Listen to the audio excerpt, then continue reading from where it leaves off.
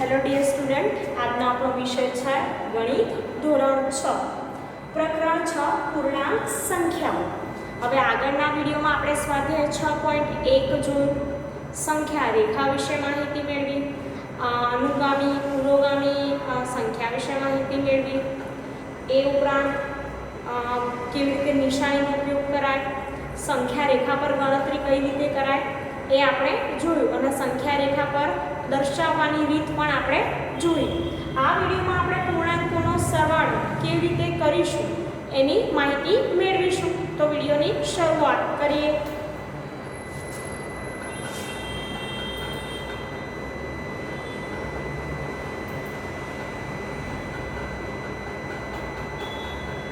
પૂર્ણાંકોનો સરવાળો. ઉપર નીચે જવું. મોહનના ઘરમાં અગાશી સુધી જવા માટે અને ગોડાઉનમાં જવા માટે સીડી છે. ચાલો અગાશી સુધી જવા માટેની સીડીની સંખ્યાને ધન પૂર્ણાંક તરીકે લઈએ.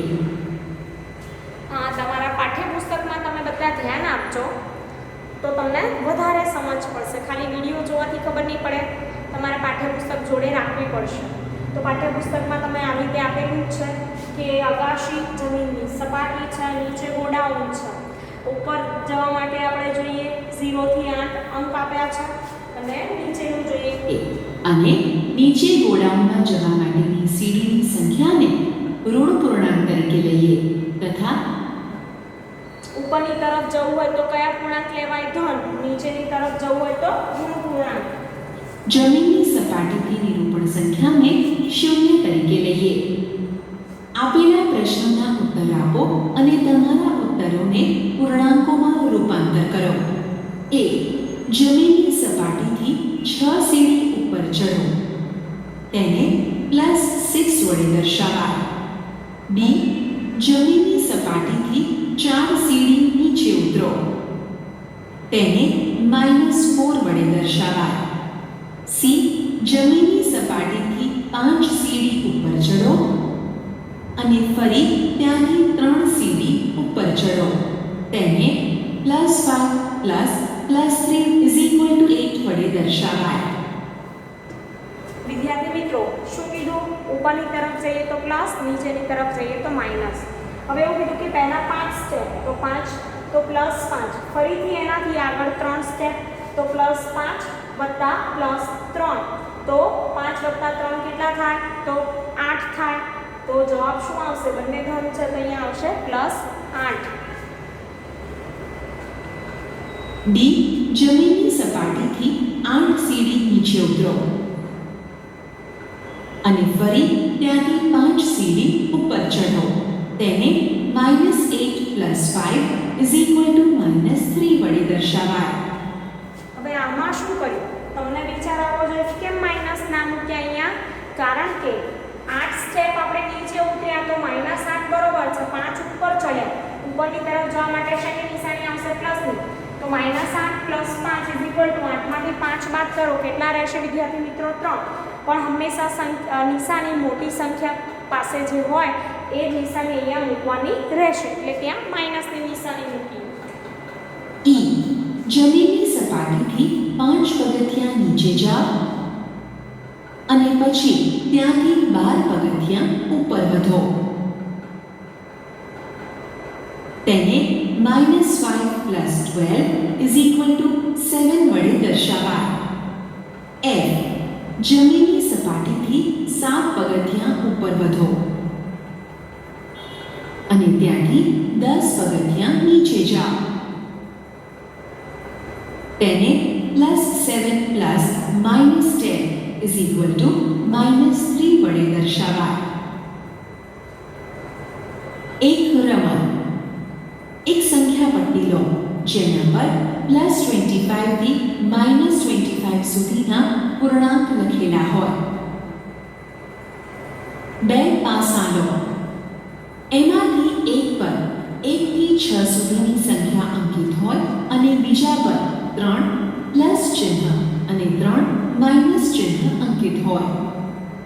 ખેલાડીઓ અલગ અલગ રંગના બટન રંગીન પાસા સંખ્યા પટ્ટી પર 0 સ્થાન પર મૂકશે. બંને પાસાને પ્રત્યેકવાર ફેંક્યા પછી ખેલાડી જોશે કે તેણે તે પાસા પર શું પ્રાપ્ત કર્યું. જો પ્રથમ પાસા પર 3 અને બીજા પાસા પર માઇનસ આવે છે તો તેને -3 પ્રાપ્ત થાય છે. જો પ્રથમ પાસો 5 દર્શાવે અને બીજા પાસા પર પ્લસ દર્શાવે તો તેને +5 પ્રાપ્ત થાય છે. જ્યારે કોઈ ખેલાડીને પ્લસ ચિહ્ન પ્રાપ્ત થાય છે તો તે આગળની દિશામાં +25 તરફ ખસે છે અને જ્યારે કોઈ ખેલાડીને માઇનસ ચિહ્ન પ્રાપ્ત થાય છે ત્યારે તે પાછળ -25 તરફ ખસે છે. દરેક ખેલાડી વારાફરતી બંને પાસાને ફેંકશે. તે ખેલાડી જેનું બટન -25ને સ્પર્શ કરશે તે ખેલાડી રમતમાંથી બહાર નીકળી જશે અને તે ખેલાડી જેનું બટન +25ને પહેલા સ્પર્શ કરશે તે ખેલાડી રમત જીતી જશે. તમે આ જ રમતને 12 કાર્ડ લઈને જેના પર +1, +2, +3, +4, +5 અને +6 અને -1, -2 અપ ટુ -6 અંકિત હોય તેવી રમત રમી શકો. દરેક પ્રયત્નોમાં પાના ચીપવામાં આવે છે. કમલા, રેશમા અને મીનુ આ રમત રમી રહ્યા છે. કમલાએ સતત 3 પ્રયત્નોમાં +3, +2, +6 પ્રાપ્ત કર્યા. તેણે એનું કાઉન્ટર 11 પર અંકિત કર્યું. હવે જુઓ +3 એટલે કે +3 એમાં +2 અને +6 તો ત્રણેયનો સરવાળો શું થશે? 11 થશે. કોણે? તો કમલાની વાત છે. રેશમાએ સતત 3 પ્રયત્નોમાં -5, +3, +1 પ્રાપ્ત કર્યા. તેણે તેનું કાઉન્ટર -1 પર રાખ્યું. હવે જુઓ કેવી રીતે? તો વિદ્યાર્થી મિત્રો -5 માંથી +3 તો બાદ કરો કેટલા વધશે? -2 તો -2 વત્તા 1 તો -2 વત્તા 1 માંથી બાદ કરીએ આપણે તો -1 કારણ કે નિશાની માઇનસની આવશે. 2 મોટા છે એટલે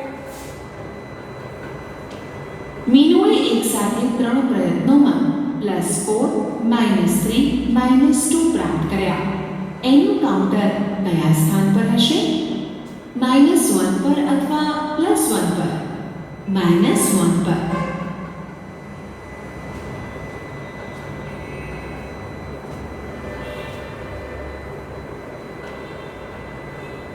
સફેદ અને કાળા જેવા 2 અલગ અલગ રંગના બટન લો.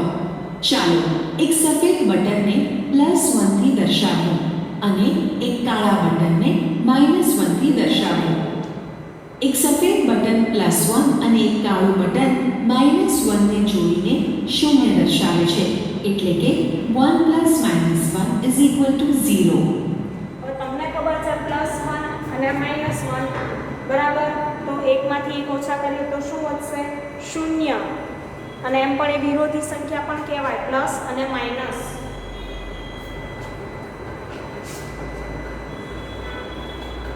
આપેલ કોષ્ટકમાં પૂર્ણાંકોને રંગીન બટનોની મદદથી દર્શાવવામાં આવ્યા છે.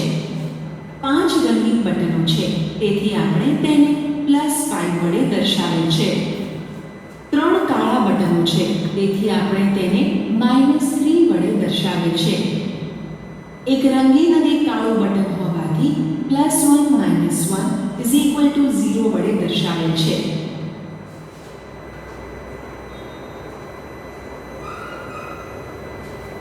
ચાલો આ રંગીન બટનોની મદદથી પૂર્ણાંકોને જોડીએ. નીચેના કોષ્ટકને જુઓ અને પૂર્ણ કરો. 3 રંગીન બટન વત્તા 2 રંગીન બટન બરાબર કુલ 5 રંગીન બટનને +3 + +2 = +5 દ્વારા દર્શાવેલ છે. 2 કાળા બટન વત્તા 1 કાળું બટન બરાબર કુલ 3 કાળા બટનને -2 + -1 = -3 વડે દર્શાવીશું. હવે વિદ્યાર્થી મિત્રો અહીંયા જુઓ તમે કે 3 + 2 બરાબર. સફેદ બટન એટલે પ્લસ આવશે, તો 3 + 2 કેટલા થાય? તો 5. પણ નિશાની કેવી? પ્લસની, બંને પ્લસ છે. હવે અહીંયા જો કાળા બટન છે, કાળા બટન માટે શું વાપરીશું? માઇનસની નિશાની. તો -2 + -1 બરાબર. કરવાનો છે સરવાળો, પણ માઇનસ માઇનસ બરાબર શું થશે?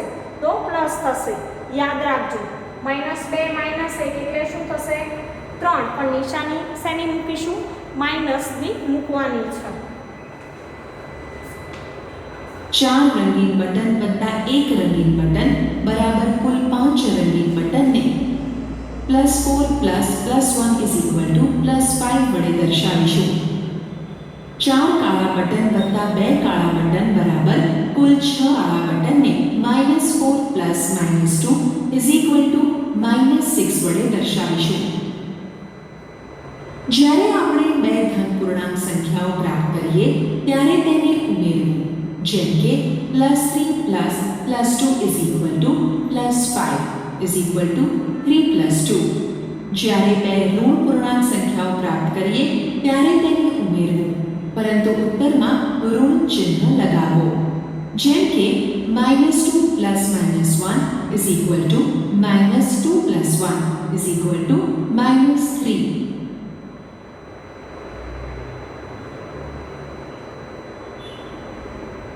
હવે આ બટનોની મદદથી એક ધન પૂર્ણાંક અને ઋણ પૂર્ણાંક જોડો અને જોડીમાં બટનને કાઢો, એટલે કે સફેદ બટન સાથે કાળું બટન.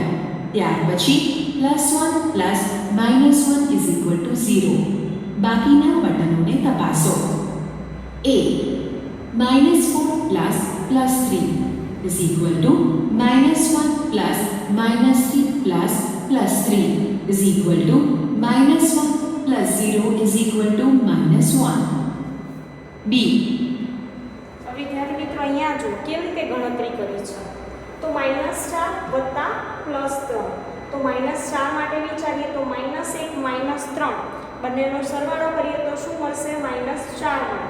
હવે -1 - 3 +3, તો આ બંને શું છે? તો તમને ખબર વિરોધી કહેવાય એકબીજાના પ્લસ માઇનસ, એટલે ત્યાં શું આવી જશે? 0. અને શું વધશે? -1 વધશે. અને એમ પણ તમે એ રીતે કર્યું અને ડાયરેક્ટ વિચારો કે -4 માંથી 3 બાદ કરો તો શું વધશે? -1 વધશે. +4 + -3 = +1 + +3 + -3 +1 + 0 = +1. તમે જોઈ શકો છો કે 4 - 3 નો જવાબ 1 અને -4 + 3 -1 છે. તેથી જ્યારે તમારી પાસે ધન પૂર્ણાંક અને ઋણ પૂર્ણાંક હોય ત્યારે તમે બાદ કરશો, પરંતુ જે ઉત્તર આવશે તે મોટા પૂર્ણાંકનું ચિહ્ન લેશે. ચિહ્નો અવગણીને બતાવો કે કઈ સંખ્યા મોટી છે. C +5 + -8 = +5 + -5 + -3 0 + -3 -3. હવે અહીંયા જુઓ, તમે બીજું એક ઉદાહરણ આપ્યું છે કે +5 + -8. હવે +5 અને -8 હોય તો -5 - 3. -5 - 3 બરાબર, તો 5 પ્લસ માઇનસ એટલે શૂન્ય થઈ ગયું, વધ્યું શું? તો -3 વધ્યા. એવી જ રીતે વિચારો કે -8 છે એમાંથી 5 આપણે શું કરીએ? બાદ કરીએ, કારણ કે મોટી નિશાની, મોટી સંખ્યા આગળ નિશાની છે માઇનસની, તો -3 જવાબ આવે. તમારે નિશાની ખાસ જોવાની છે. D +6 + -4 = +2 + +4 + -4 +2 + 0 +2.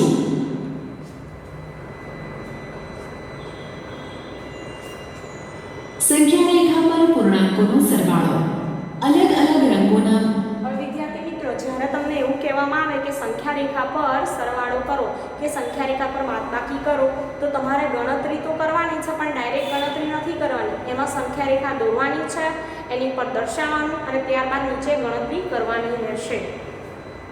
આ બટનનો પ્રયોગ કરીને પૂર્ણાંકોનો સરવાળો હંમેશા સરળ હોતો નથી.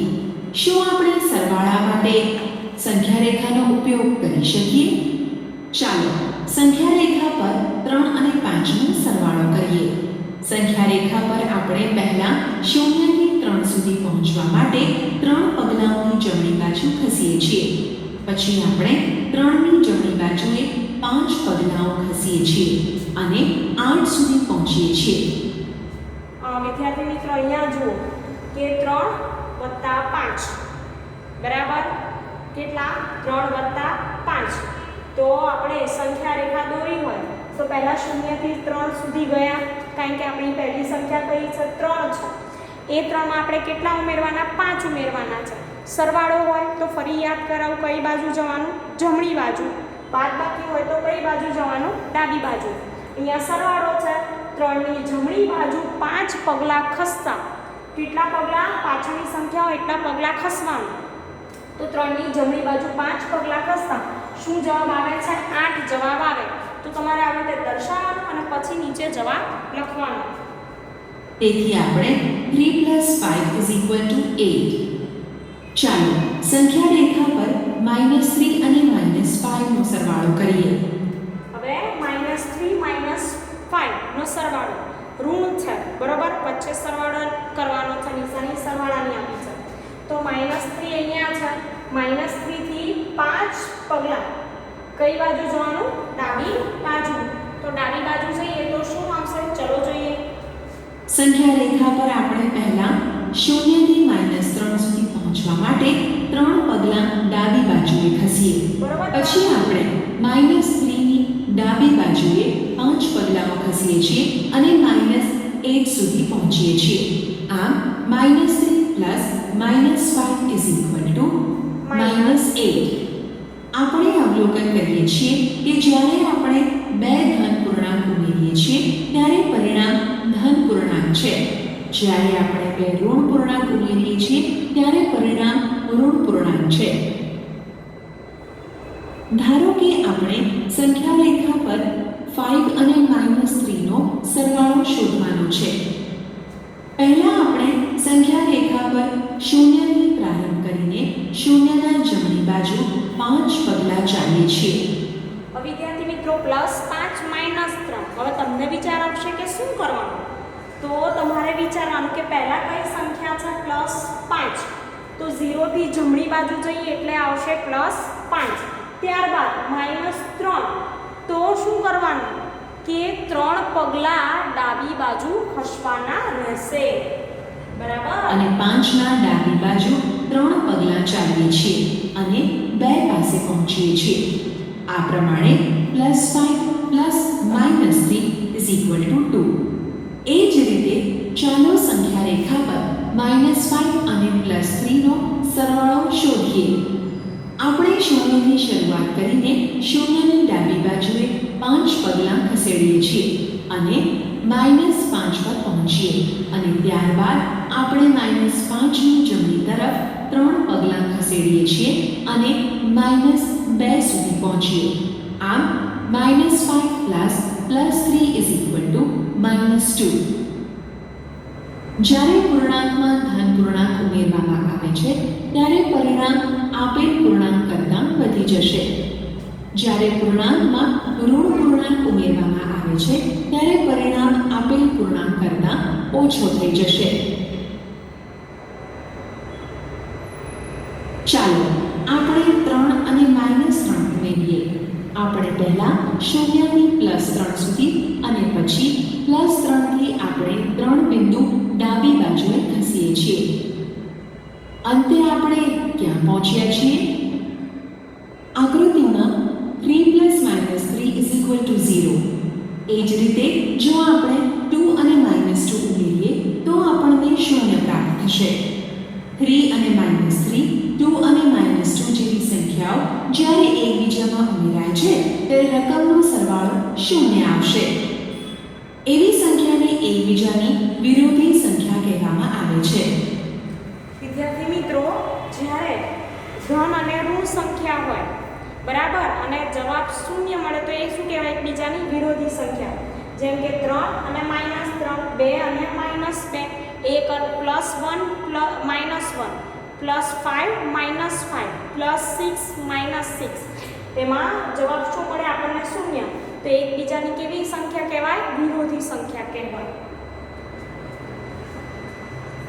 6 ની વિરોધી સંખ્યા કઈ છે? -7 ની વિરોધી સંખ્યા કઈ છે? 6 ની વિરોધી સંખ્યા -6 છે, કારણ કે 6 - 6 = 0 થાય છે. આવી જ રીતે -7 ની વિરોધી સંખ્યા +7 છે, કારણ કે -7 + 7 = 0.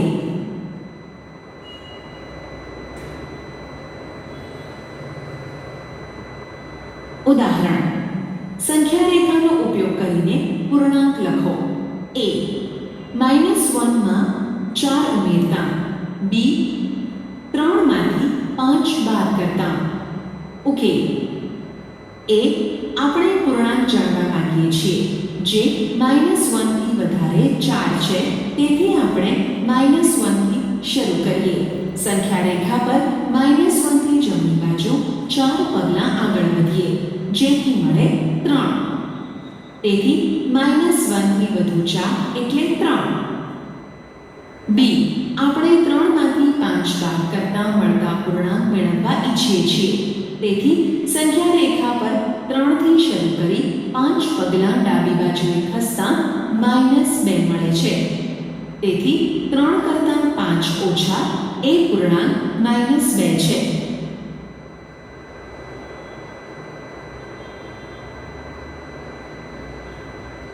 ઉદાહરણ: -9 +4 -6 +3 ની સંખ્યા શોધો.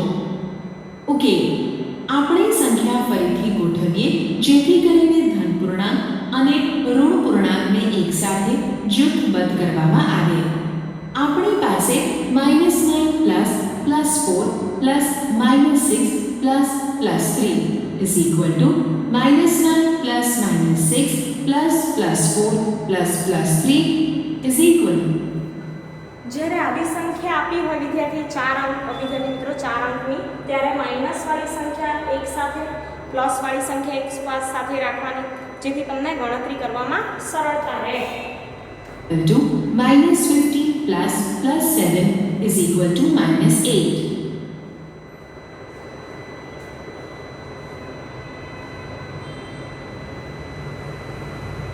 ઉદાહરણ: 30 + -23 + -63 +55 નું મૂલ્ય શોધો.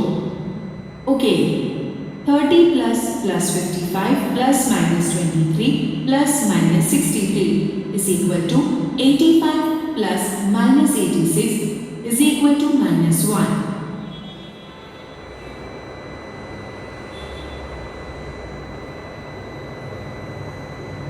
ઉદાહરણ: -10, 92, 84 અને -15 નો સરવાળો શોધો. ઉકેલ: -10 + 92 + 84 + -15 = -10 + -15 + 92 + 84 -25 + 176 = 151.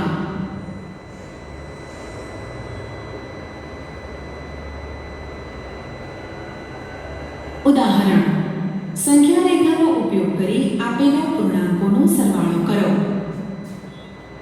ઉકેલ: a 5 + -11 આપણે 5 માંથી 11 બાદ કરતા મળતો પૂર્ણાંક મેળવવા ઈચ્છીએ છીએ, તેથી સંખ્યા રેખા પર 5 થી શરૂ કરી 11 પગલાં ડાબી બાજુ ખસતા -6 મળે છે. તેથી 5 + -11 = -6. b -1 + -7 -1 માં -7 ઉમેરતા મળતો પૂર્ણાંક મેળવવા ઈચ્છીએ છીએ, તેથી સંખ્યા રેખા પર -1 થી શરૂ કરી 7 પગલાં ડાબી બાજુ ખસતા -8 મળે છે. તેથી -1 + -7 = -8. c -5 + 10 -5 માં 10 ઉમેરતા મળતો પૂર્ણાંક મેળવવા ઈચ્છીએ છીએ, તેથી સંખ્યા રેખા પર -5 થી શરૂ કરી 10 પગલાં જમણી બાજુ ખસતા +5 મળે છે. તેથી -5 + 10 = 5. ડી -2 + 1 ± 4. -2 માં 8 ઉમેરી જે જવાબ મળે તેમાંથી 4 બાદ કરતાં મળતો પૂર્ણાંક મેળવવા ઈચ્છીએ છીએ. તેથી સંખ્યા રેખા પર -2 થી શરૂ કરી 8 પગલાં જમણી બાજુ ખસતા +6 મળે. હવે +6 થી શરૂ કરી 4 પગલાં ડાબી બાજુ ખસતા +2 મળે છે. તેથી -2 + 8 ± 4 = 2.